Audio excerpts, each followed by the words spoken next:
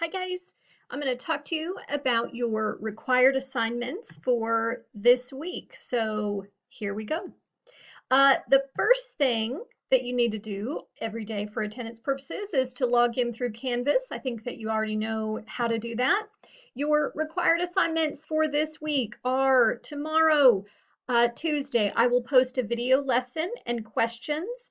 You remember way back in December when we talked about the scramble for Africa and imperialism and colonization? Now we have to unscramble Africa. All of those places in Africa and Asia are going to get their independence after World War II. Then, activity one, you're going to do a decolonization blend space about India.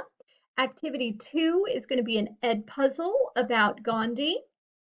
Activity three, I'm going to give you a little bit of a choice. I know that you might be getting a little tired of the DOWs, so I'm going to give you the choice of doing a DOW, or you can choose to do a different activity.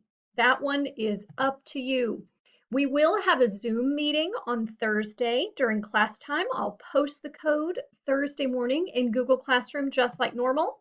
And as always, all of the assignments are due on Friday. If you have questions or if you need help, email me and let me know, and I will be more than happy to help you. Have a good week. Clear eyes, full hearts.